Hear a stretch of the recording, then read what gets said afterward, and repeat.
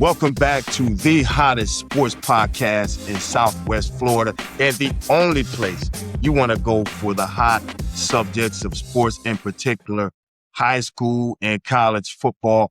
It's the Coach 'em Up Dre podcast. I'm your host, your lovable Coach Dre Powell, and today I am honored to be joined by, and the only way I could tag this ball coach is by saying the infamous Coach PJ Gibbs. Coach Gibbs is going to talk a little defense. We're going to really get into the subject of college recruiting for all you high school players, especially here in Southwest Florida, all you guys that are working hard towards that goal. I have the preeminent expert in this area, in my opinion, on recruiting, and he can even share some stories about some of the kids he got into college. I want him to get into all of those things, and especially how college recruiting has changed. Now, Coach PJ, I know you recently launched your own YouTube channel, so tell people where they can find you and some of the other things that you're doing right now, Coach. Yeah, so Coach, thanks for having me on. I started the Coach Gibbs Defense Lab Friday, actually. Got some videos up there for installation into the defense, the 3 safety defense. I'm going to be doing my own podcasts and Spotify account to go along with it. Yeah, then I have my website, the fbcoachgibbs.com, that has a whole bunch of defensive stuff on there. And, just kind of blessed to be the position I'm in. Just finished my 25th year of coaching, and new address, same goal. Just accepted the defensive coordinator job at FBA. So really excited to get that process rolling. Okay, well, let's get right there, Coach PJ, because I don't want people to not hear what you just said. That is some incredible news that you are now the defensive coordinator over at First Baptist Academy. Everybody knows after Coach Billy stepped down last year, they just were a down program. Okay, so now they have Coach Jason Carley over there trying to rebuild quickly and bringing you onto the staff. Why First Baptist Academy? You spent 2 years over at the Community School of Naples, but why the move over to First Baptist Academy, Coach? I think for me, it was, first and foremost, a family decision for me. Having the opportunity to, obviously having a connection with Mark Herslick, who's the director of athletic ministries. I coached one of his teammates that he played with at Boston College when I was in New Jersey. So we had a kind of previous relationship. So, it was a decision that wasn't made easily. It was something I discussed with my wife pretty thoroughly, and we came to an accord about what we were going to do, and had a chance to go meet with Mark and Coach Cawley, and spent a good time there, and talked about his expectations and what he wanted for the program. And I felt like we aligned a lot in a lot of our philosophies, and what we wanted to do as far as helping kids and building the program back up. Obviously, it was a program that was pretty well known in the area. So and then for me, it was getting back to calling plays. It was something that I've done at a few high schools here, and I've had a lot of good coaches on my staffs, present company included. It was something that when you do it for as long as I have, it's something that you're passionate about, and you want your defense to emulate your style, your culture that you're going to instill in those kids. And I think those were the big three things for me: was the relationship previously with Mark, and then the my family was okay with it, and then obviously having an opportunity to be a play caller again was paramount for me. Yeah, I'm just shocked, and I don't expect you to respond to any of this right now. I'm just talking from my position. I was shocked that you weren't the defensive play caller at your last stop, but that's all I'll say on that. But hey, I'm talking to the audience right now, Coach. Everybody that's watching this video and listening to this podcast right now, this man is being very, very humble and soft-spoken. So I'm going to ask him a very direct question. You talk about you want to get back to establishing a defense that's your culture, fits your personality. Now, you ain't this soft-spoken type of, going very 1-2-3. Come on, man. Tell the audience what kind of defense and all the supporters and the fans and even the players that are going to be listening to this over at First Baptist Academy. What type of defense can the FBA fans and supporters expect out of you, Coach? I think there's a lot of work to be done, but as far as our, we're going to be, talking about being a group known as the Black Shirt Defense. Guys that have to earn that black shirt to be able to come on the defensive side of the ball, and it's about relentless pursuit of football. It's about havoc. It's about physicality. It's about dictating to the offense. It's for us. It's like honestly, I could really care less what you do offensively. We're going to arrive. We're going to show up with our lunchbox, and we're going to arrive in a bad mood, and we're going to run to the football. We're going to create turnovers. We're going to give the offense the ball back. Obviously, Coach Cawley's an offensive guy. He's got a really good quarterback that came in, about a month ago. So, we can give them the ball 3 or 4 more times a game to try to score points, or we can score points ourselves. And to me, it's with the havoc rate and the havoc things that we're gonna, preach our coaching staff it's really derived of everybody playing for each other. Like the D line doing their job, the linebackers, the DBs, everybody running to the football. Effort's going to make you right. And it's to me, like the culture, it's not it's not a slogan. It's something that you live and breathe every day. And you show that in the way you lift weights, the way you practice, the way you are in the community, in the church, in the classroom. Like that to me is what that culture means. Because at the end of the day, you're a representative of the school, the church, and the community. So let's do that the right way, and let's make sure that we're living that way, all the time, every day, and setting a good example for the older guys. It's setting an example for the younger guys, and for the younger guys, it's setting an example for the middle school kids. And then if you can get that done on a consistent basis, daily, good things are going to happen. Yeah, it sounds good, Coach. And I'm going to be devil's advocate here, Coach. But come on, Coach PJ. It sounds good, Mm-hmm. all right.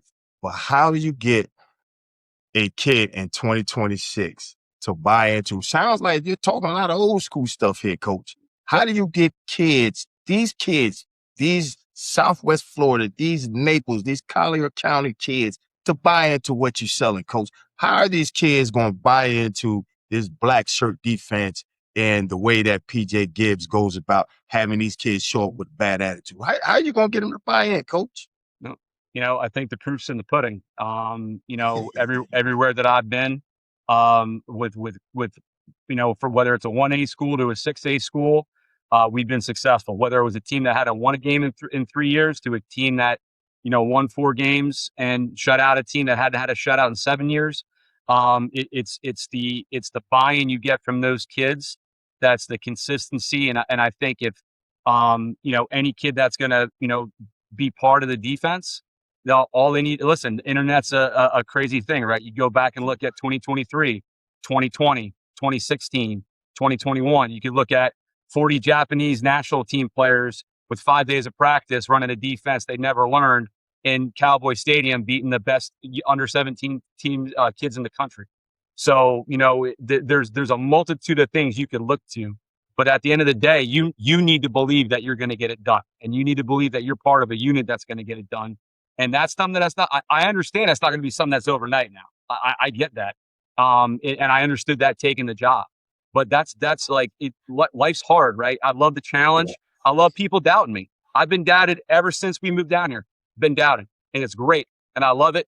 All I know is that when my 2 feet hit the ground in the morning, nobody's going to outwork me, and I love it. And people want to talk about me. They want to talk negatively. They want to talk junk, whatever they want to do. I'm cool. I'm good with that, right? I love it. It fuels me. It's great.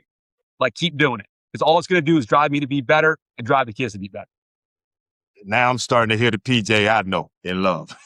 Yep. So, if you don't mind, why is there this stigma surrounding PJ? Is it because you're perceived as a new guy, an outsider, somebody that thinks he has all the answers? Is it because of your success?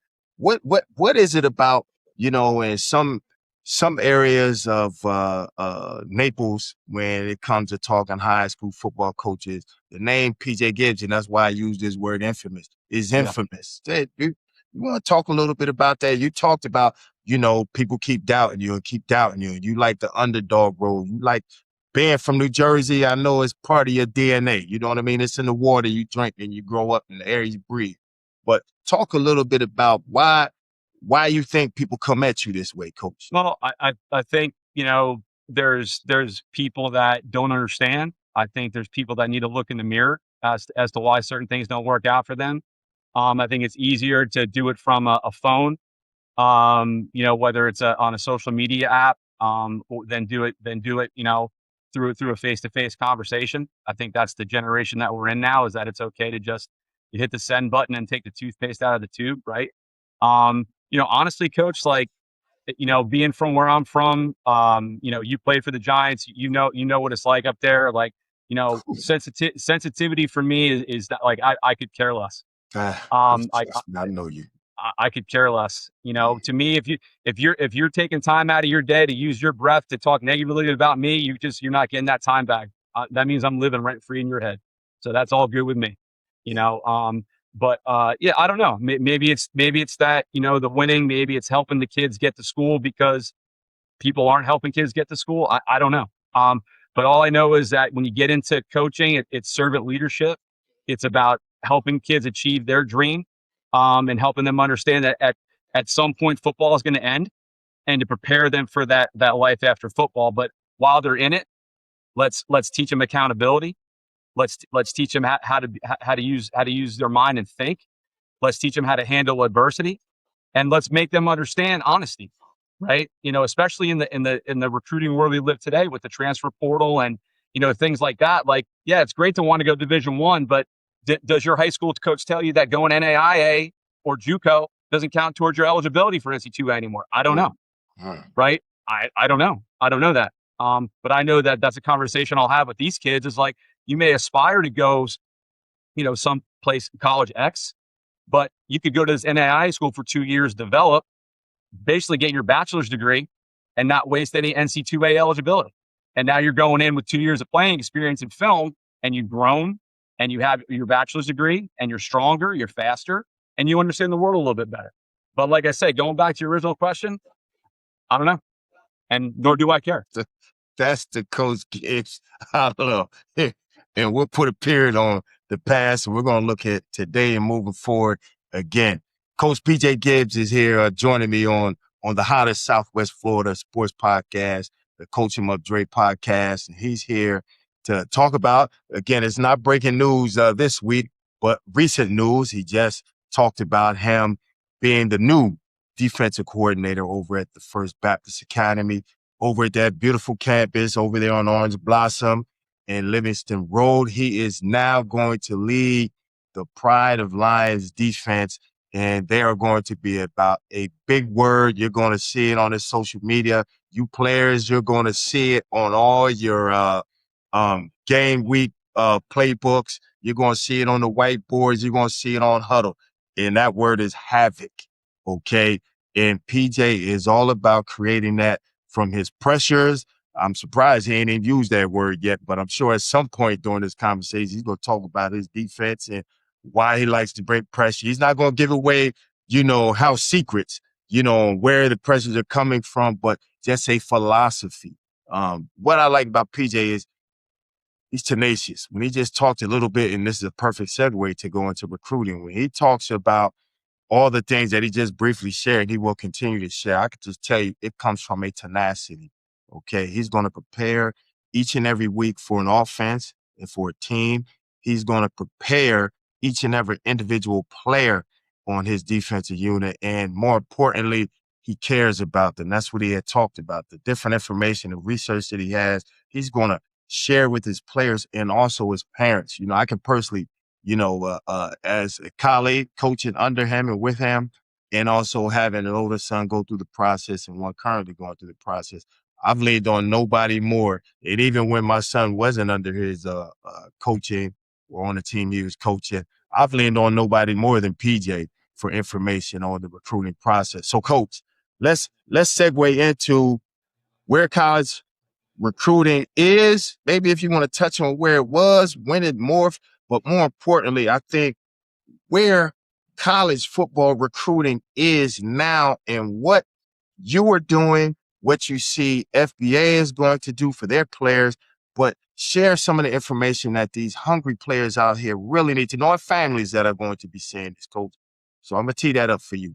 Yeah, so I think going back to the point I made about understanding that, with the NAI and the JUCO, that does not take away from your NC2A eligibility, and that going to those schools and playing and taking classes and, working on your degree, if you aspire to go to a higher level, but they're just not ready for you yet, or you're not ready yet, that's an option, right? That's an option. Understanding too that every school is different. There's schools I just was doing a fundraiser clinic with 8 college coaches the last 2 days, and we talked about it, and I had Coach DeWitt from FIU on, and I asked him, "Hey, Coach, what do you guys look at? You look at the high school kid, you go to the portal." And he said, "Coach, this is what we look at. If you're a high school player, okay, we look at, have you been on campus? Did you go to camp?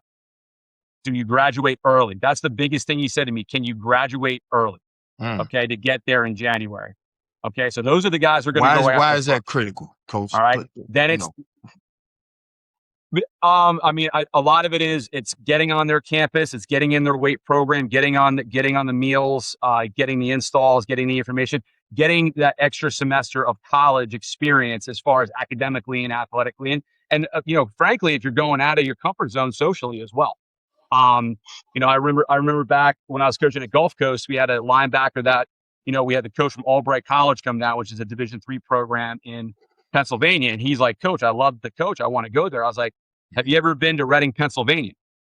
And he's like, "No." I was like, "Well, you better go there, drive around and see what's around there, because if you want to go there, you're going to spend the next 4 to 5 years of your life there, bud." And he ended up going there for a weekend with his mom and ended up playing there, and still lives there up in Pittsburgh today.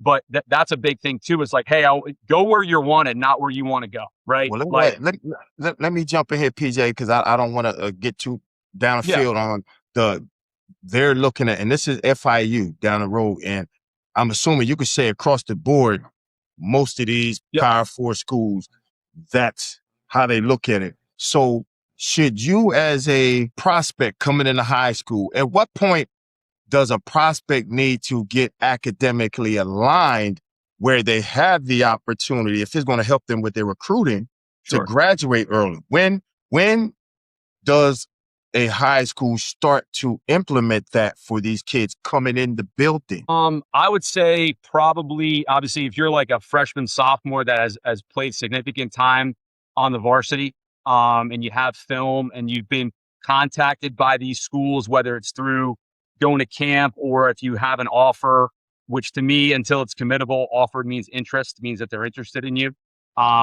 So I would say by the end of your sophomore year, you really should be meeting with your guidance counselor, and your parents should be meeting with your guidance counselor to discuss maybe setting your schedule up for that early exit.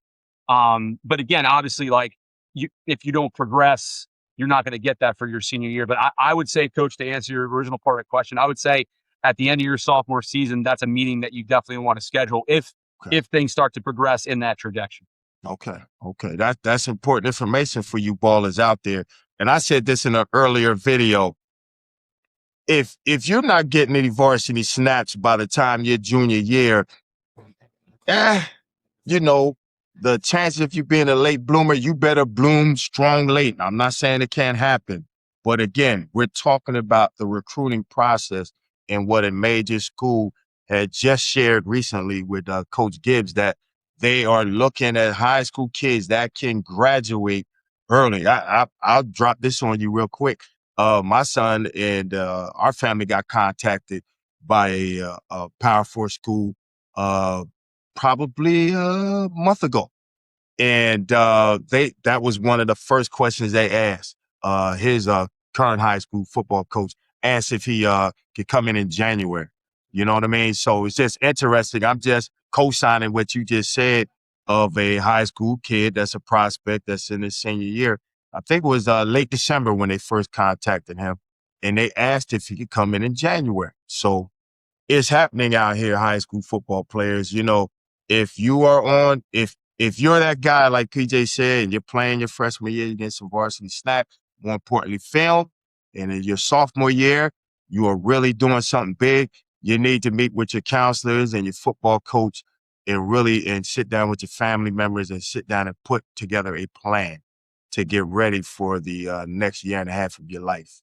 But go ahead, Coach. Continue to talk about recruiting and what you're hearing and what our families and, more importantly, our players need to know about the recruiting process now. Yeah. So, I mean, also too, obviously the landscape's changed dramatically in the last 10 to 15 years with NIL. For kids that are, going to go to that, P4 group of 5 level, have somebody, if you are going to be that person, have somebody that I would say that the best advice I would give is a neutral third party to sit down with you and go over, whether it's a legal thing or monetary thing, because again, I've really never had to deal with it as of yet. But you want to make sure all the I's are dotted and T's are crossed. And, obviously we have the advantage, the states like Florida with spring football, and the eval periods. And, one of the things I wish the NCAA would allow more days for these college coaches on the road. They cut it down to 14 now. It was 21 last year. The last school I was at, we had 45 schools come through in those 21 days. But like I said, if you want to play college football, there's a place for you. There's a place for everybody. But you have to be real. And the thing is, you have to be willing to hear honesty, not what you want to hear. And if you can't handle that and you're sensitive to it, well, you're not going to have a really easy go with it at the next level with a guy that's coaching for his family to put food on the table. So I think that's a good piece of advice too. It's like, again, it's not where you start, it's where you're finished. Like if you go into a Division II program and ball out with the way the landscape is today, absolutely, I think you'll have an opportunity to go higher if you choose to. Same thing if you start at the NAI level and don't burn eligibility and you shoot up. I had a high school teammate of mine that, went to Temple and played at Temple, and he grew 3 inches his freshman year and ended up playing for the Raiders. You never know, but I always say, like, one thing I'm going to, and I remember Coach Powell, remember this when we were at Golden Gate, like, ignore the noise, man. Like when you get out of the building, ignore the noise. Like everybody wants to talk. It's easy to talk, right?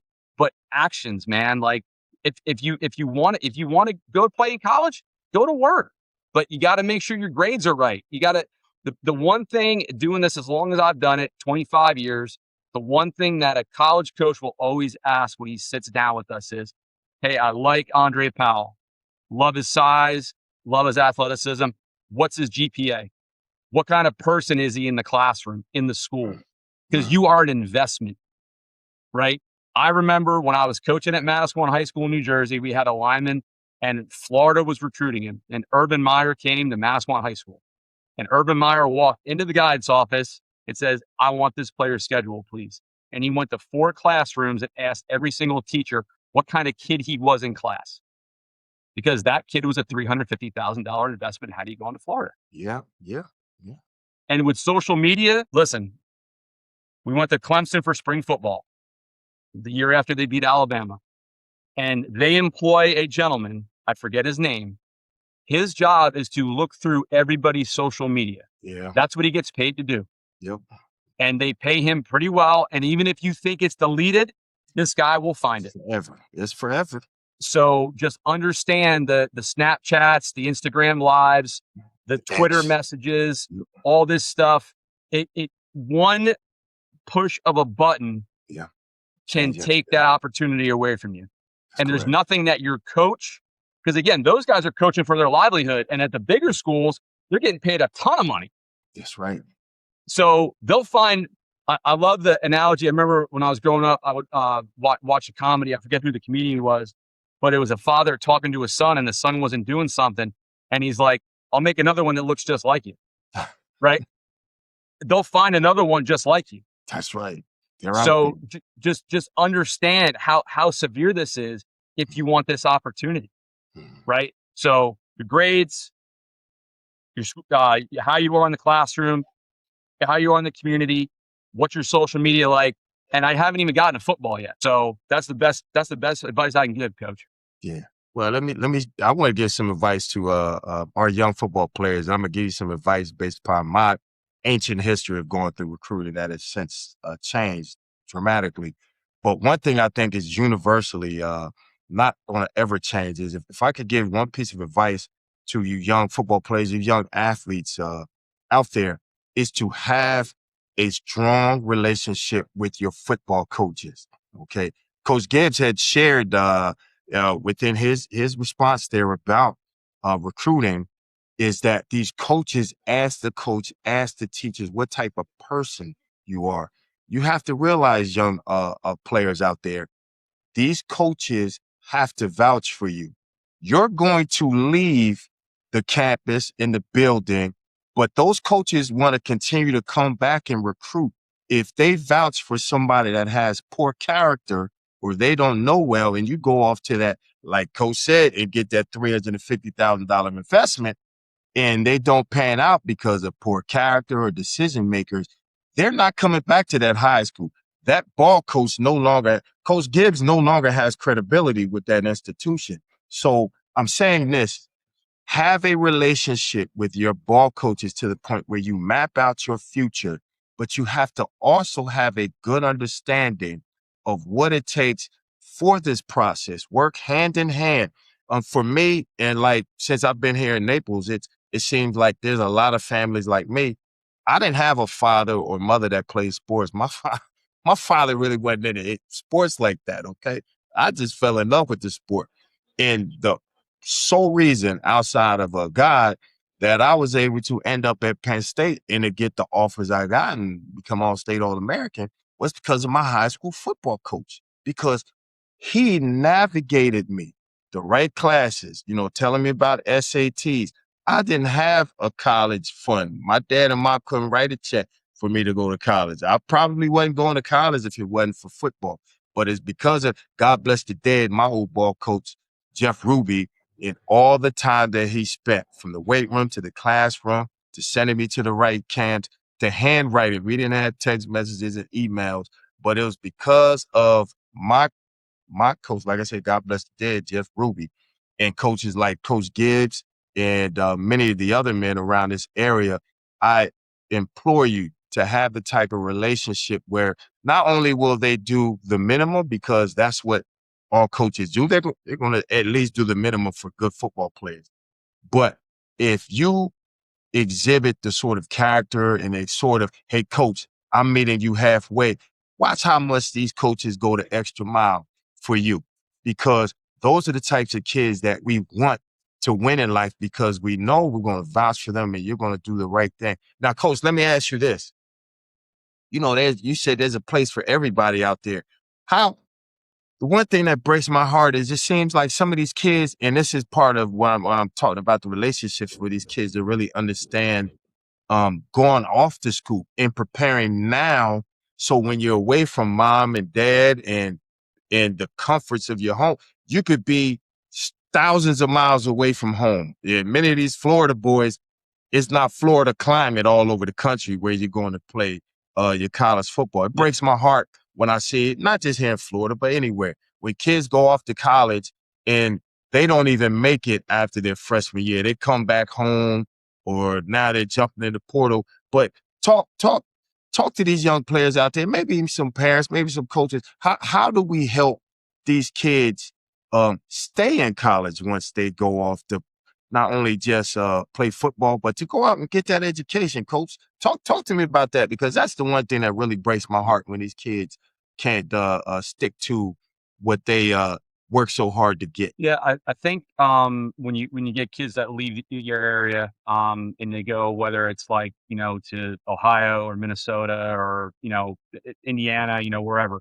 I think you have to really look at their daily schedule, right? Try to take as much downtime away as possible to keep them busy. So whether that's a work study program, obviously the bigger the place that, I mean, they're inundated with, weight room, study hall, things along those lines.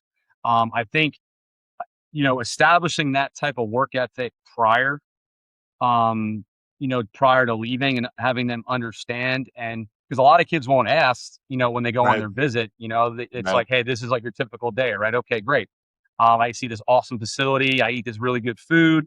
Weight room's awesome. I got to go to class. And then what else? So, like, I think allowing them or setting them up with a schedule where they have a work study program, or, something where they're involved with very limited downtime. And then obviously, coach, like, it's not, when you and I were playing, like, there was, like, I remember, like, when I had, like, a cordless phone in my dorm room, right? There's no FaceTime, there's no iPads, there's no this, that, the other thing. So they have the technology available to, if they want to FaceTime mom or grandma or whoever. Um, but I think as far as the preparation piece, I think that's the job of us as high school coaches, because again, we're around the kids more than they are at home.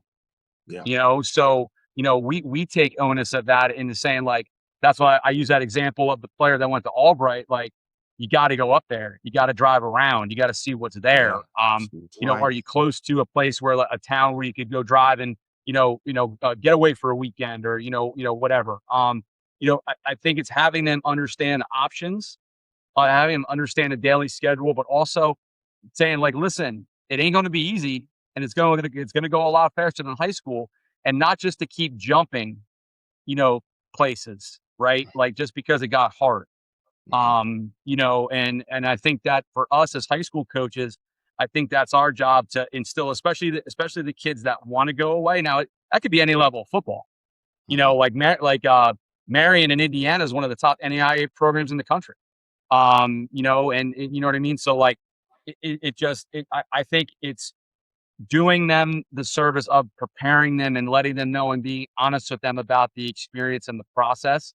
So they have the idea of it in their head, not just all of a sudden they show up day one and it's like, oh, I'm done at 3 o'clock. Now what am I going to do? Right. Idle hands. Right. That's never Mhm. good. Yeah. I think that, yeah, I think giving them as much information as possible. Yeah, thank you for sharing that. I just have so many fond memories of how much and how tireless my old high school coach was, and what it took. And I'm just so thankful because it changed my life. And for all you young players out there, man, with the dream to play on Saturdays, I'm gonna tell you, coach will tell you, it's the greatest thing ever. And you have to sacrifice. The young men that I mentor and I've coached, but more importantly, my own sons, they got it daily from me that you have to delay gratification. You have to in order to get the type of goals that you want, coach. And I think that, kids really need to understand that, the high school coaches, we obviously promote multi-sport athletes, because it gives those muscles from those seasons time to rest, from fall to winter to spring, so on Yeah. and so forth. Yeah. And I use this story. My brother-in-law I just was speaking to at Wake Forest. He was at Missouri State at the time as the offensive coordinator, and they were recruiting Ronnie Bell, and Missouri State was the only offer Ronnie Bell had, and they went to watch him play basketball, Mhm. because he was an all-state basketball player. And um, ironically, Ron Bellamy, who was the receiver coach at Michigan at the time, just happened to be visiting the area, so he popped in and saw Ronnie Bell jump out of the gym and dunk on Yeah. somebody, and after the game, offered him, and the rest is history. Rest Um, is history. Yeah. how had he not been playing basketball and just concentrating on football, that opportunity might never have happened.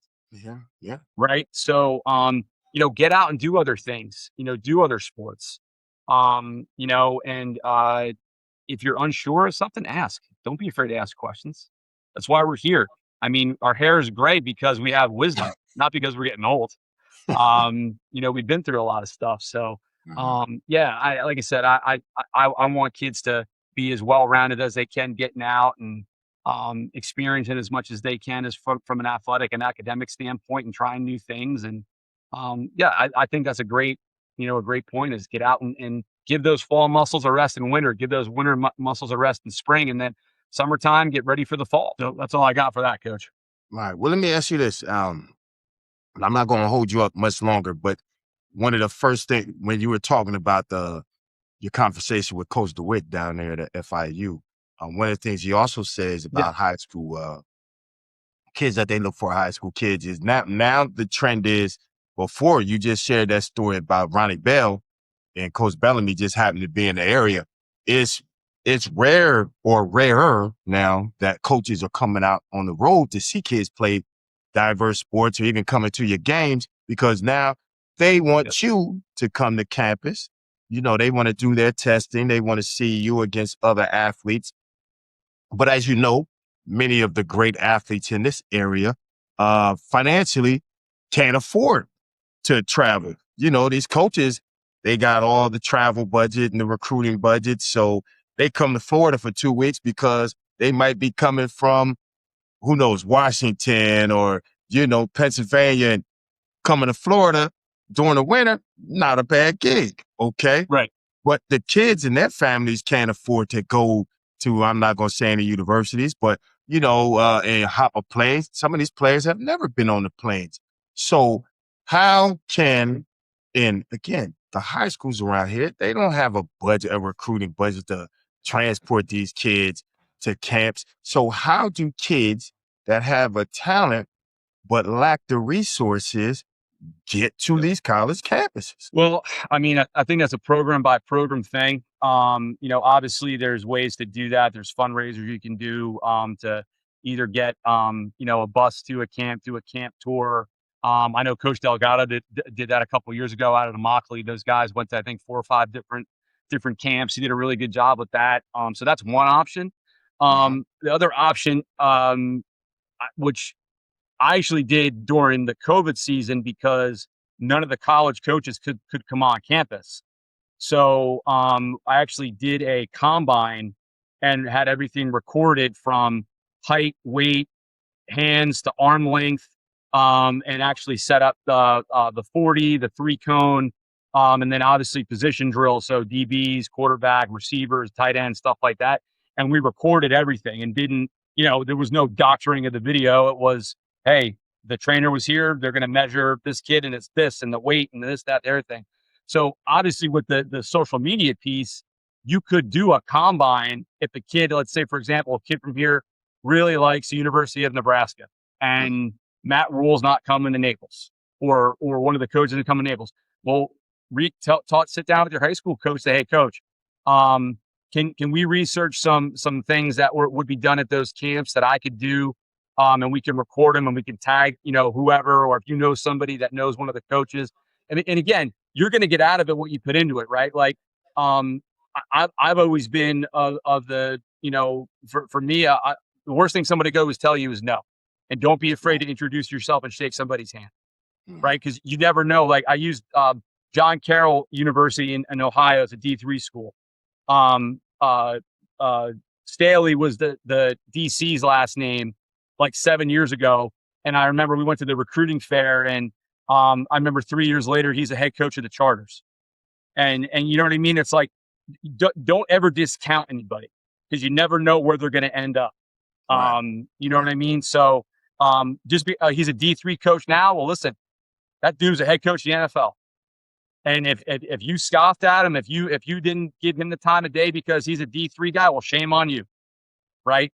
But yeah, coach, I think the fundraising piece is definitely something to discuss. And then obviously using the iPads and the cell phones for the combines to get the kids' tape out there. I think that stuff's invaluable, because that's stuff that can always be done, and technology is always, expanding and getting better. So I'm a Nintendo guy myself. I love Tecmo Bowl and Bo Jackson. But LT was pretty good on there LT too. was the only, if you were playing the Raiders, you had to be the Giants, because LT was the only guy to run down Bo Jackson. But yeah, hold on, Coach, hold on before you go. That video combine, that digital combine, that's such a good idea. I think I know a guy here locally that's crazy enough to maybe do that. So let me write that down. Video combine. I think I know a guy that might be crazy enough to even attempt to do something like that for athletes around here. But okay, Coach, you can keep going. Yeah. So I mean that's really it, right? Like it's to me um and as a coach, are you willing to do the work? Right? Mm, Are you willing to put in the extra time for the kids? And if you're not, don't discount the guys that are. Like, mm, look yourself in the mirror, right? Like, it, at the end of the day, like it's you versus you. The guy you see in the mirror. Man, I love Bill Parcells, the man in the glass. mm. Right? Don't disappoint the man in the glass. You get up in the morning. It's you versus you, not anybody else. And I talked about it earlier in the podcast about hitting the ground running and nobody outworking me. Like I'm trying to be better tomorrow than I am today. Mm. Right. That's I've always I learned that from my high school coach, Vic Caboo. And I've taken that to heart every single day and just a little bit better. And I instill that in both my son and my daughter. Like, you don't have to be this much better. If you are great, awesome. Just that tiny bit better. And you keep stacking the days and building on. So that's what Yeah, I got for that, coach. I know you are the type of coach that always goes the extra mile. I've seen it. I've been in the room with you talking to kids and parents about recruiting, and it is a sight to behold because hey, you just not doing it. You know the end result of being able for a kid, especially those kids that come from a lack of resources, to obtain a no, now it just keeps going up and up, a $500,000 education or even more, and now if some fortunate few in it, it even trickles down to even some of the smaller schools, the NIL opportunities and some of these other opportunities. It's really life changing. It's not the type of money that's going to be able to put you away for retirement, but the opportunity to get an education that you Yep. don't have to pay for, come out debt free, and Yep. also the opportunity to be part of an institution network, part of a good alumni group is almost priceless, Yeah. all from playing a sport like football. But you need people to help you navigate these waters. You really do. Unless there's the outliers, the 4 to 5 stars. Yeah. They're going to find you. You know what I mean? It's 6'4", Yep. 6'5" guys that run 4.5s and do all Mal, those other Mal, type of things. the They'll find Malachi Tony, right? you. Yeah, you Kid's a know. stud, right? Yeah, Like, yeah, yeah.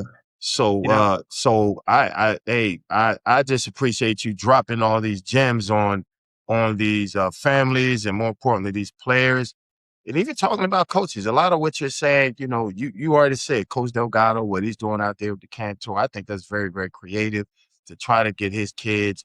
And I know other coaches are doing likewise in their own regard. I just want to continue to encourage the coaches to keep doing that because the coaches come down here. They want to see the players in Florida, obviously Southwest Florida, with the type of kids that we're sending out of here over the past 5 to 10 years. They're going to keep coming here. So you players that are in this area code 239 in Southwest Florida, in particular Naples, Collier County, they're going to come and see. But the most important thing that you have to do is two things. You got to work, okay? You got to put the work in. That's what Coach PJ said.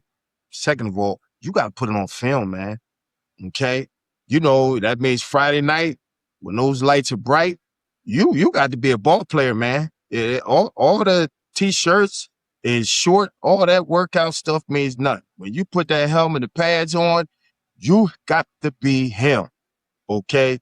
Coach Gibbs, hey, man, this game's the ultimate truth teller, man. If you can't play, you can't play. yep, If you can play, it's going to yep, show on Friday night, and it's going to be on huddle, and these colleges going to come get you, and they're going to want you. But that's the most important thing is you gotta put in the work. You gotta prepare. And then on Friday night, you gotta put it on film, man. The honest God don't lie, man. They've been saying that since before I started playing the sport. So those are the two things you're most responsible for, man. And you'll be in a support system, as Coach Gibbs has been saying. Ask the questions that you don't know. You don't know it all. It's changing so fast. That's why having a resource like Coach Gibbs, who is constantly in these conversations with college coaches, he's at the conventions, he's at the clinics, he's constantly 2 letters, his acronym, CI, continuous improvement. He's continuously adding to his toolbox as a coach. And that's the type of coach that parents, you want your son to be around, the type of coach that doesn't get satisfied for what he's done in the past. He's only looking for the present and what he's going to do in the future for any kids that he coaches. So, Coach, I've kept you longer than I wanted, but what do you want to say at closing? And again, continue to tell people where they can find you and what you're doing and what's next for you. And before you do that, shout out to you, Coach Peyton. Okay, your father just mentioned you. So shout out to you, Coach Peyton. Can't wait to see you again soon. And shout out to Logan. Your dad's always sharing your videos. So I can't wait to see you when you put those pads on this spring, right, Coach? He's playing this spring in some pads. Is that correct? Yeah. Okay, where is he playing? Yeah, he told me he's going to be playing with the 12U Hurricanes for okay, he's Coach committed. Little. You hear that, Canes? You got a player coming out there. You got LG coming out there this spring. Yeah. So I'm excited. Yeah, I'm excited. He's going to be around a great group of coaches with Coach Little and Coach Small and Coach Javaris and Coach Alfonso. Those guys. It's going to be cool. I'm excited for him. He finally talked that into it. So, but the YouTube channel is Coach Gibbs Defense Lab. I got nine guest podcasts that are going to be up. I got a film up there now, a bunch of content that's going to be getting shared throughout the month. The fbcoachgibbs.com is my website for all the 3 safety stuff. But yeah, Coach, I appreciate it, man. I'm looking forward to the spring at FBA. I'm looking forward to coaching a good group of kids and just to continuously improving every day. And the little Proverbs 30-30. Okay, lions don't run. Okay, lions don't run. We don't run away. So we'll be ready. We'll be ready to go. I'm just looking for everyday improvement. The victories will come. We're going to go through bumps in the road, just like everybody else, but we're going to stay together as a unit. We're going to play for each other. We're going to love each other. And we're going to run through a wall for each other. So I'm super excited. That's Coach Gibbs. And I want to say Coach Gibbs is back, but I can't say that because he's never gone anywhere. He's back where he belongs. That's calling defenses. That's calling all kind of pressures. Coach, you got through a whole segment with me and say nothing about pressures. Okay. Yeah, and I don't understand that. You know what I mean? He's going to blitz your grandma. Okay. So Friday night over there, First Baptist Academy, tell grandma to stay home because she might just get blindsided by Coach Gibbs. But make sure you find Coach Gibbs on his social media platforms. And like I always tell you, tell somebody to tell somebody to tell somebody to subscribe and like this channel here. Coach Him Up Dre, the podcast with your boy, Coach Dre Powell. And Coach Gibbs, I thank you for your time. I salute you, and I look forward to seeing you again real soon, Coach. Yes, sir. Thank you, Coach. Okay, that's a wrap. Your boy, I'ma holla.